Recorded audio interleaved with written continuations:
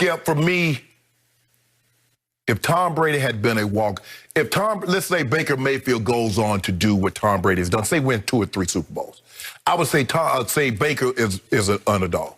Because he goes from one walk-on to another walk-on to the #1 draft pick, Skip, and then he becomes that. Tom Brady was highly recruited. Wasn't highly recruited. I mean, he wasn't a 5 or 4-star recruit. No. But he went to a very prominent university, University of Michigan, which is a Gold Star program. And he landed in the ideal situation.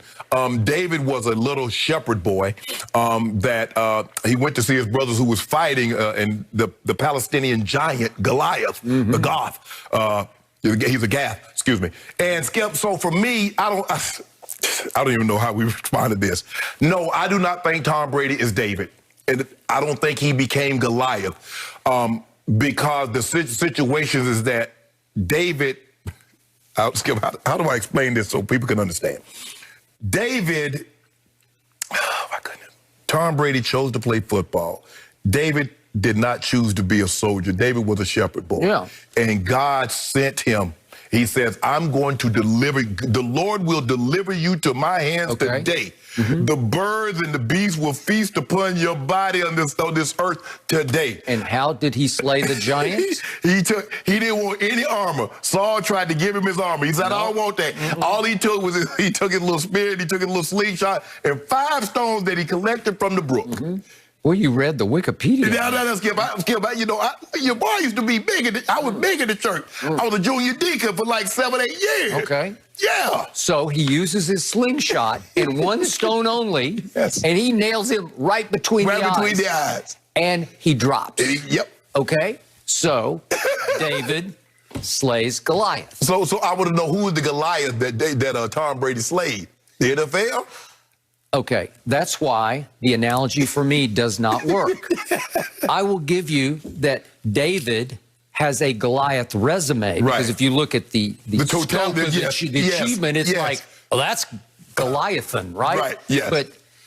But no one ever thinks of Tom Brady as Goliath. No. Because Tom Brady doesn't strike fear in anybody's heart. The Bible speaks that Goliath was over 9 feet tall. Right. Nobody looks at Tom Brady like. Tom Brady's like just so huge. He just has Look, Goliath could slay an army with his bare hands. Yes. That's how intimidating he was. That's the force of nature that was Goliath. It was basically one battle. You sent out your best, your champion. Goliath beat him down, and the situation is the same for 40 days. Okay. So I'm glad we're doing this just because I would like to put in perspective Tom Brady's accomplishments in all of his 9 Super Bowls. Do you realize he hasn't blown anybody out in his victories, nor has he ever been blown out in a loss? Right. They're all very close games. They're all David-esque kind of games, right? He's going to need all that he's got. Lord help him. And there's no spirituality going on here. Nobody ever said he's a child of God. He's anointed with it. Because I don't even know what his faith is. He never talks about it. So it's not like we got Tim Tebow operating here, right? Okay. So now we look at the margins of victories. Yes. Or just the margin. Let's just defeat and victory, okay? So it goes Rams by 3 in that for the greatest show on turf. Then Carolina win by 3. Philly by 3 against Donovan McNabb. Then they lose to Eli by 3. Then they lose to Eli again by 4. Then Seattle, they win by 4. Atlanta, it was 6 because they scored a touchdown in overtime. And then Philly was an 8-point game that still was a 1-score game because he's throwing into the end zone. Now they'd have to go for 2 tie, but it's a 1-score. And remember, the only double-digit margin is against the Rams, and it's because now my guy Zerline, it was 3-3 midway fourth. But my guy Zerline, now the Cowboy kicker, was the Rams kicker that night. He had for him a chip shot. It was 48 yards, but it was an easy kick for him late in the game to cut the score down to 7, right? Then maybe onside and you get it back again. And he missed it. Right. Well, they were in position for it to be, no more than a 7-point game. Okay, so if you do the total. If you just do the point differential for all these wins and losses, Brady is a plus 1.6 points in the Super Bowl. Right. Well, that's absurd. That's all David-esque, right? There's no Goliath operating here at all. Correct. And remember, I covered so many Super Bowls going back into the late 70s, 80s, 90s. Right. that were unwatchable. Yes. They were blowouts. The NFC, until we broke the stranglehold, all of them was blowouts, Skip. Okay. With the exception of the one in Tampa, the Giants-Buffalo, when it was the ride right. But other than that, they were blowouts. Your quarterback, number 7, John Elway. Before you got there, he had already played in 3 Super Bowls. They were blowouts. He had lost those 3 Super Bowls to the Giants and Phil Simms 39-20, and then to Washington 42-10 he lost. That was to the Doug Williams breakthrough Super Bowl. And then 2 years later. And then San Francisco and Joe Montana was 55-10. These are Super Bowl games with Super Bowl parties across the country, and people are just, they're not even watching the game. It's over. Then Shannon Sharp arrives, and you beat Green Bay 31-24, but then you beat Atlanta pretty handily, 34-19, I think it is. Okay, then my teams, the Cowboys juggernaut of the 90s. What happens? They get Buffalo back-to-back, and they beat them 52-17 and 30-13. And then San Francisco with Dion breaks through, and they get San Diego in the Super Bowl, and they beat them 49-26. Then Dallas with Dion wins 27-17 over Neil O'Donnell and Pittsburgh Steelers. Didn't Green Bay beat New England by double digits? 35-21. That was the Brett Favre breakthrough Super Bowl. And then you guys do a number on the New York Giants, 34-7 with Shannon Sharp, now a Raven. Okay, look at the blowouts, and every Brady game has been one score except for one that should have been one score. And it hasn't been very often, Skip, that the games have come down. I remember like Joe in the earliest. The game came down to one possession. It was like the last one I really can remember was like Joe in Miami, I think, against Cincinnati. Yep. When he hit John Taylor on 200 jet slant. Well, that was a breakthrough for me because I'd covered so many blowouts. I was like, aha, finally, we actually have a game here. Or you get Washington against Miami when Rigo breaks off that 43-yarder. That was big. That was on a strike year of 82. Yeah, so the games were, like you said, they were 14, 21, 30-point blowouts, and like it's never close. And then all of a sudden, Tom, every game that Super Bowl he plays in seemingly is close. But and I agree with you, and that was the analogy, the point I'm trying to make.